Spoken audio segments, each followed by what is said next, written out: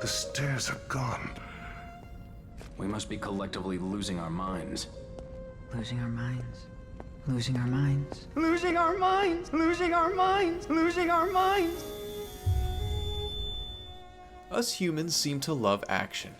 In the movies, on TV, and yes, even in our video games.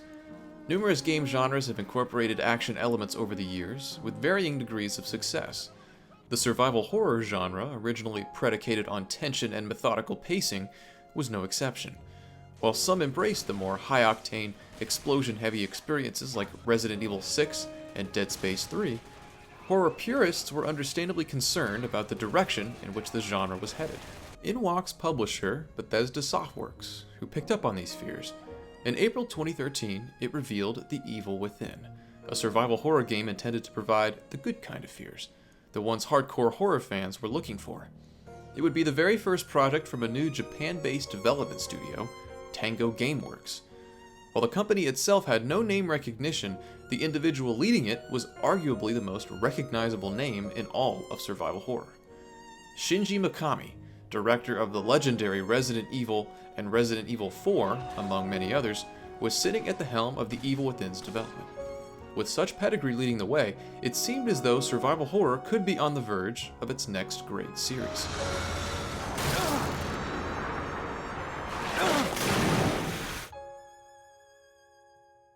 Finally, in October 2014, The Evil Within was released as a cross-gen title for Generation 7 and 8 consoles, as well as PC. Overall, reviews were generally positive, praising the game's adherence to its survival horror roots and relentless challenge. However, its presentation and narrative weren't so well received, with many calling the former rough around the edges and the latter nonsensical. Lady, level with me. Am I going crazy? When all was said and done, The Evil Within failed to reach the heights of Mikami's best works, at least according to the consensus of reviewers. As someone who's played The Evil Within literally dozens of times, I wanted to sit down and really analyze what I love so much about this game, but also take a more objective look at what doesn't work. Why didn't this game receive the legendary marks of its closest relative, Resident Evil 4? Was Mikami simply past his prime? Did Tango Gameworks just lack the best-in-class talent of the previous teams he's directed? Let's find out. Let's take a look inside The Evil Within.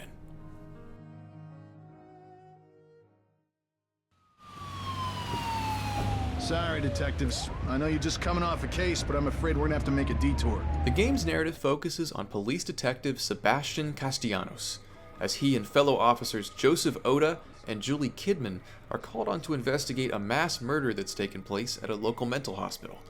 Unsurprisingly, things quickly go awry as a hooded figure, later identified as Ruvik, proceeds to incapacitate Sebastian and leave him in the care of a big scary guy with a chainsaw. Eventually, Sebastian manages to escape in an ambulance with Officer Kidman, now joined by one of the hospital's doctors, Marcelo Jimenez, and one of its patients, Leslie Withers. From there, the city falls apart, the ambulance crashes, and everyone is separated. The remainder of the game follows Sebastian as he continues to find and lose different combinations of the other four characters while being persistently hunted by Ruvik.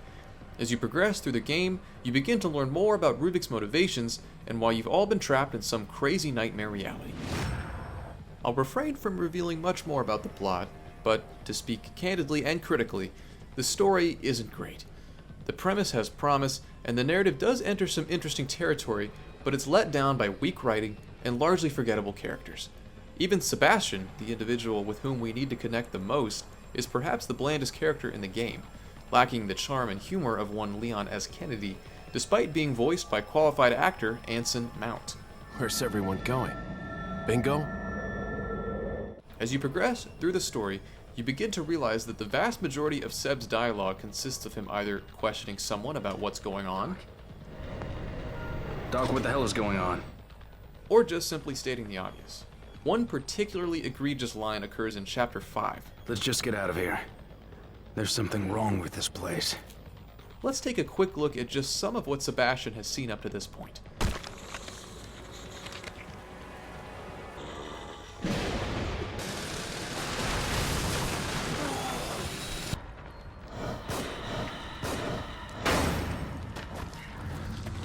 Yeah, you know what, Sebastian? I think you may be onto something there, bud.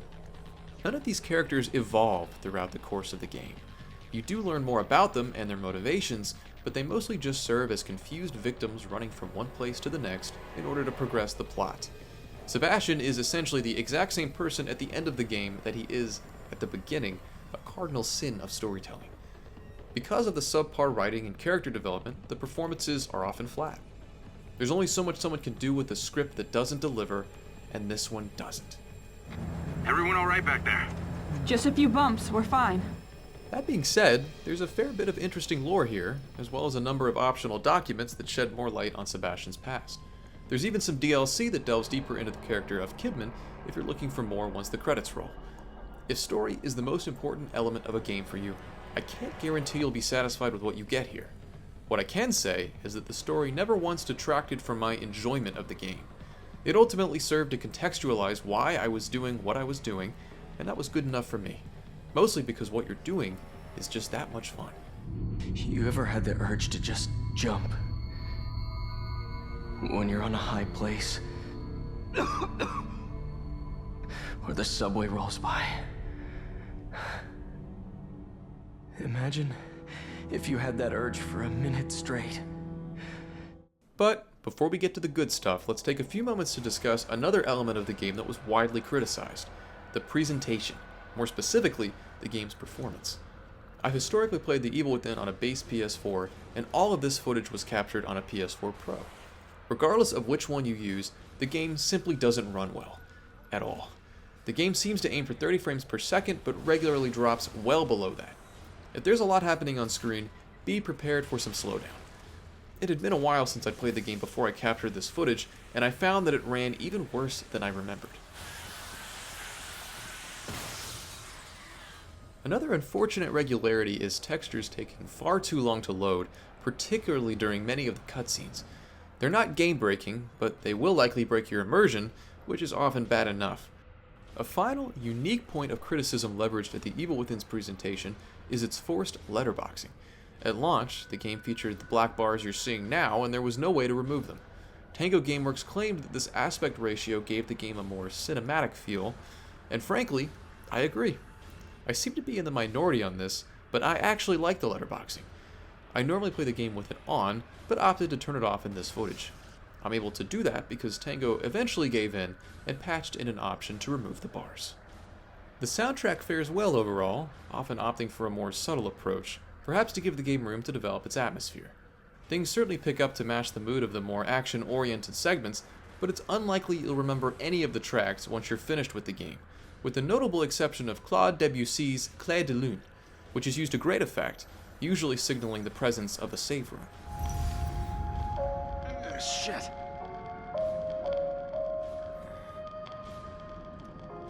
You'll quickly grow conditioned to take a sigh of relief every time you hear the song, despite it being kinda creepy.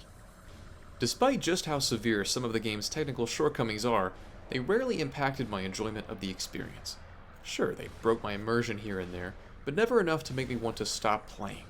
In fact, particularly with letterboxing on, I do like the look of the game. It often almost looks as though you're playing a horror movie. Most of the environments aren't anything to write home about, but on occasion, The Evil Within looks great. It's at its visual zenith in the dark, cramped quarters Sebastian often visits. Once the game displays a bigger sense of scale, however, it becomes clear that it's biting off more than it can chew. Despite this, even playing it all these years later, I still enjoy looking at the game, but not quite as much as I enjoy playing it.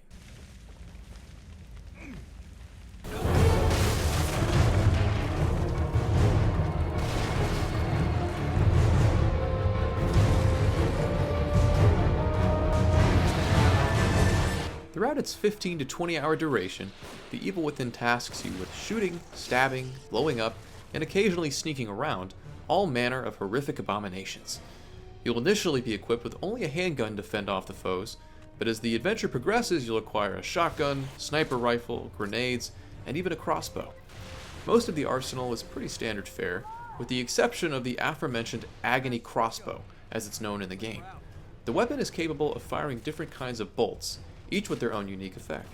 The shock bolt, for example, is able to stun enemies in place, while the flash bolt renders enemies temporarily blinded.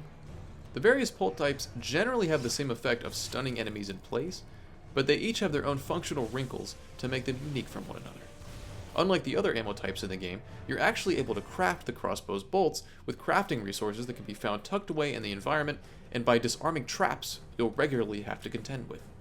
Compared to other games, it's a pretty simplistic implementation of crafting, but it adds a small layer of additional strategy to the proceedings. Another unique combat mechanic present is the ability to light fallen enemies on fire with matches. Enemies will often fall down after taking a shot, at which point you're prompted to drop a match if you can get close enough to the enemy before they get back up. Any standard enemy lit by a match will be killed almost instantly, alleviating the need to expend any more ammo on them. Even more beneficial is the fact that multiple enemies can be set ablaze by the same match. If you're able to drop a match on a downed enemy right when another enemy runs on top of them, both will be killed on the spot. You can even light an enemy who's already dead to try and catch someone running toward you in the fire. Each enemy can only be lit once, but if you get the timing down, you can save yourself a ton of ammunition. Matches are found frequently throughout the game, so there's plenty of room to experiment with them and hone your strategy. Do keep in mind that, rarely, an enemy on fire may still be able to grab you.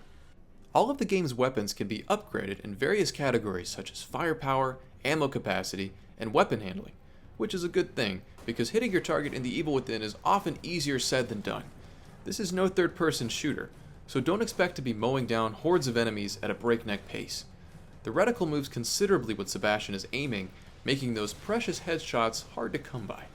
You'll need to spend some time with the game to really get a feel for the weapon set and develop some proficiency. In addition to the firearms, you can also upgrade Sebastian's health, melee attack power, and sprint duration. Initially, Seb's melee attack is extremely weak, and he's unable to sprint for more than a couple of seconds before keeling over in exhaustion, so it's a relief that these categories can be improved. All of the upgrading takes place in a small environment resembling a wing of a mental hospital, populated by one of its nurses, Tatiana. Are we awake? Is everyone else all right? The city. Whatever are you talking about? You are the only soul here. Right now. This area operates as a safe zone and can be accessed via mirrors that allow Sebastian to teleport from wherever he is at a level. Beyond giving you a moment to catch your breath and save the game, it also houses a number of lockers that contain extra ammo and green gel, the currency used to upgrade your abilities. The lockers can be unlocked with keys that are usually held inside breakable statues hidden throughout the game. The contents of the lockers are often desperately needed, so it's worth your time to explore as thoroughly as possible. This place is necessary for you. You're always welcome here. I've been hospitalized. I'm afraid I cannot answer that. For me, the need and desire to explore was present throughout the entirety of the game. From the moment I picked up my first gun, I was constantly on the prowl for more ammo, as the early chapters are actually some of the most challenging sections in the game. Toss in the aforementioned green gel, locker keys, crafting materials, and documents, and there was more than enough to compel me off the beaten path. The game is linear for the most part, but occasionally cracks open and allows you to explore a more open area. My favorite section in the entire game takes place in Chapter 3, where Sebastian ends up in a forest populated by various cabins and houses. You're free to explore this area with a lot of flexibility, and it pays to be thorough, as the level is full of valuable resources. Exploration is something I love in any game, but I'm so particularly fond of it in survival horror because of how necessary it is. Finding those extra shotgun shells in some cabinet could be the difference between life and death 20 minutes down the line. Games in this genre are challenging, and The Evil Within is no exception. It's willing to help you even the playing field, but you have to be willing to take your time and see what the game's nooks and crannies have to offer. This all relates to another element I think the game handles so deftly: its pacing. One of the worst things a game can do is become monotonous due to its predictability. The Evil Within manages to avoid this and always keeps you on your toes. Manage to get through that brutal boss fight? Well, get ready, because you've got another one coming up in 5 minutes.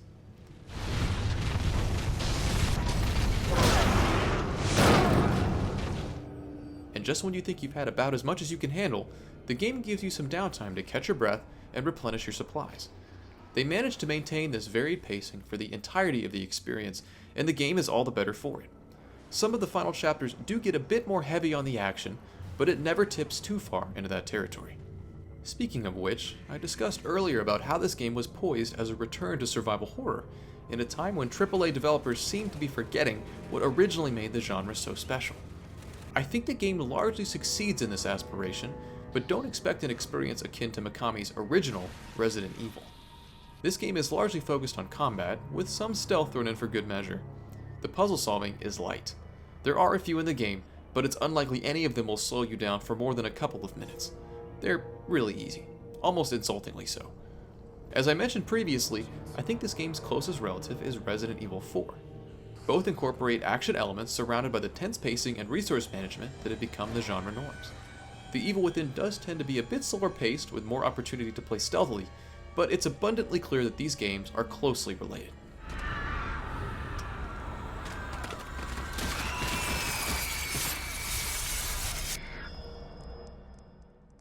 It's also worth discussing the horror in The Evil Within now that we've touched on the survival. After all, what's a survival horror game if it isn't scary? Well, we're about to discuss that because this game isn't very scary.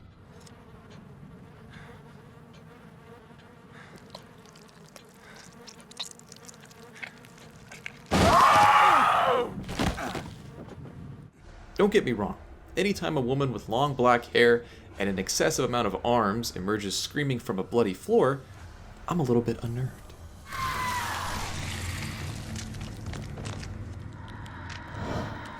For the most part, however, the enemies in this game just aren't very frightening. The standard enemies, known as the Haunted, are essentially just slightly more intelligent zombies. They're often challenging, especially in larger groups, but do little to elicit much in the way of fear. Most of the bosses suffer the same fate. They're designed well and are enjoyable to fight, but tend to end up feeling more action-oriented. Playing through The Evil Within is kind of like walking through your local haunted house that sets up every October.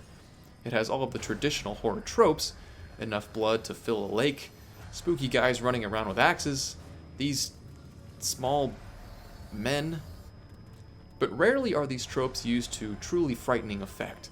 The Evil Within is certainly a horror-themed game, but that isn't enough to make a game truly terrifying. So, scary it is not, but The Evil Within nails the atmosphere. This is an incredibly subjective point of discussion, as I think everyone experiences atmosphere in their own way. Many elements of games are simple to qualify. How responsive are the controls? How does the game look? There's a certain level of subjectivity in all of these questions, but particularly so when it comes to how the game makes you feel. I traditionally love the atmosphere of horror games, so it should candidly come as no surprise that I'm fond of what The Evil Within brings to the table, but I'd argue it's a step above many other titles I've played in the genre. Be it moonlit forests or sun-drenched cemeteries, haunted houses, or dilapidated buildings, the game throws you into new environments at a breakneck pace, often without warning. Each one feels distinct from the last, yet manages to maintain a consistent sense of unease that compels you to see what's around the next corner. From the moment Sebastian stepped out of his car to the completion of his final battle, I was absolutely entranced.